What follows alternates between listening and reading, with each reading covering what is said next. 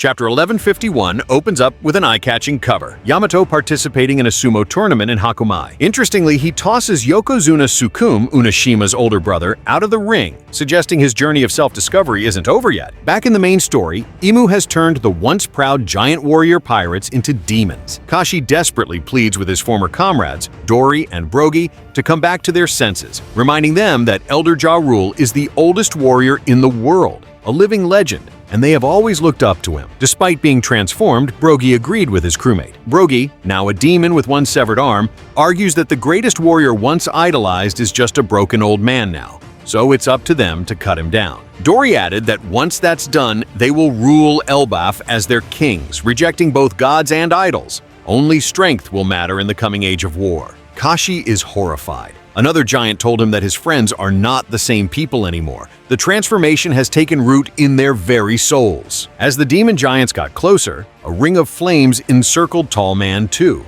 a comically simple name for a giant. This power of Imu's works like a game of Go. Because Tallman was surrounded by demons, he also became one of them, despite begging to retain his will. And horrifyingly, it took only a moment for him to get transformed. As chaos unfolds, Dory's pitchfork slashes forward, and Brogy's axe splits a tree with ease. The others told Kashi that the enemy took Gaban down too. That was unbelievable. Ripley couldn't believe her ears. She shouted for Colin to wait for her. She still couldn't believe that Gaban lost, but didn't have time to think about that right now. She just needed to save their son, and he was with the other sleeping children on Branch 8. News spread like wildfire. Everyone was shouting about how giant warrior pirates had become demons. Some even called them devils, and all of their shouting seemed to creep into the minds of the dreaming children. Which brings us to St. Killingham's Nightmare Fissure, where a hand had just emerged. A sinister devil with a pitchfork made his way out of the fissure, and he was not alone. Just then, a horn was blown. A nightmare ghost was told to rise again. The celestial dragon responsible let out a demonic laugh.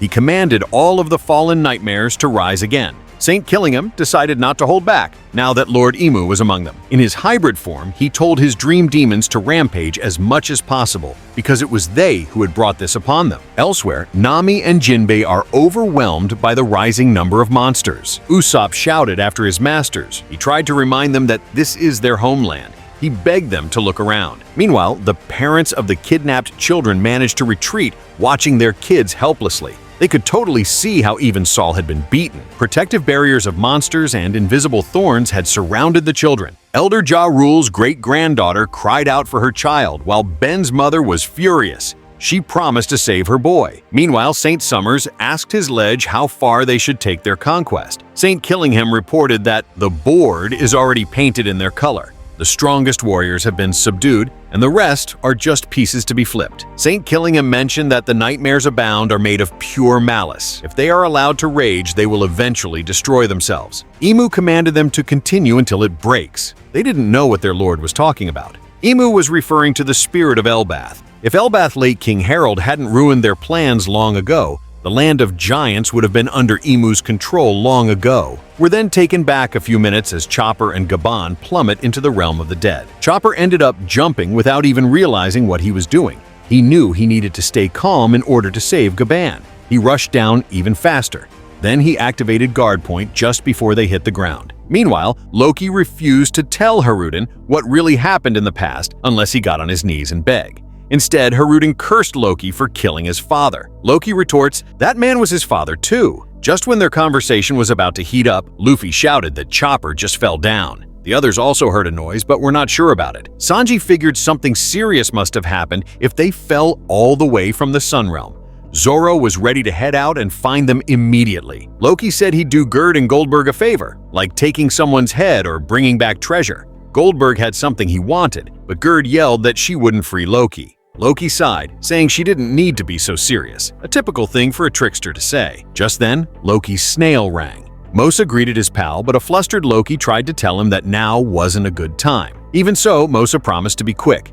His hands were pretty full right about now, and he just had one thing he needed to say. Loki agreed to listen, but told the man to at least keep his voice down. Gerd and Goldberg shared a look. Nobody knew about this connection. Mosa didn't get a chance to tell him the last time they spoke, but it turns out that he won't be able to use a transponder snail for a good while. Loki was panicked and asked what happened. Mosa admitted he'd just been scared at first, But talking with Loki became something comforting, something he valued deeply. And that's why he wanted to thank him again. The prince was confused and wanted answers. Then he got even more upset, thinking Mosa might be in trouble again. But Mosa told him not to worry. Loki began to ask something about that place, but stopped himself. Mosa thanked him again for everything. Loki tried to say something else, but Mosa ended the call. Frustrated, Loki asked Gerd what she was looking at. She thought it was nice that Loki found a friend he could count on, even in the realm of the dead, and Loki didn't want her to tell anyone. Just then, the others returned. Haruden begged Gerd to treat Gaban. Luffy saw the guy and realized he must be someone famous around here. He praised Chopper for doing a good job,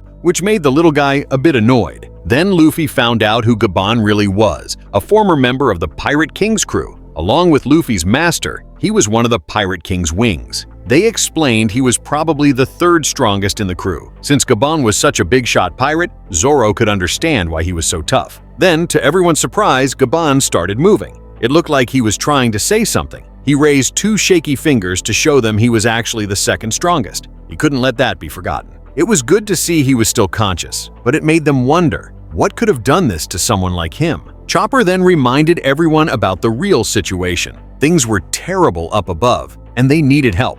The Walrus school kids had been taken hostage. A giant blast of Imu's conqueror's Haki burst toward the land of the dead. Gaban sensed it and jolted in shock. Zoro and Sanji looked up. Haruden instantly shouted to his crew. They had to get back to the Sun Realm now. Luffy was angry and sweating. He didn't need Chopper to explain more. Whatever was going on, he'd take care of it. Loki just grinned, wondering what kind of insane Haki this was. This is it, guys. The real battle is about to begin. Imu plans to keep going until Elbaf's spirit is completely crushed. That means it's the perfect time for Luffy and Imu to finally meet.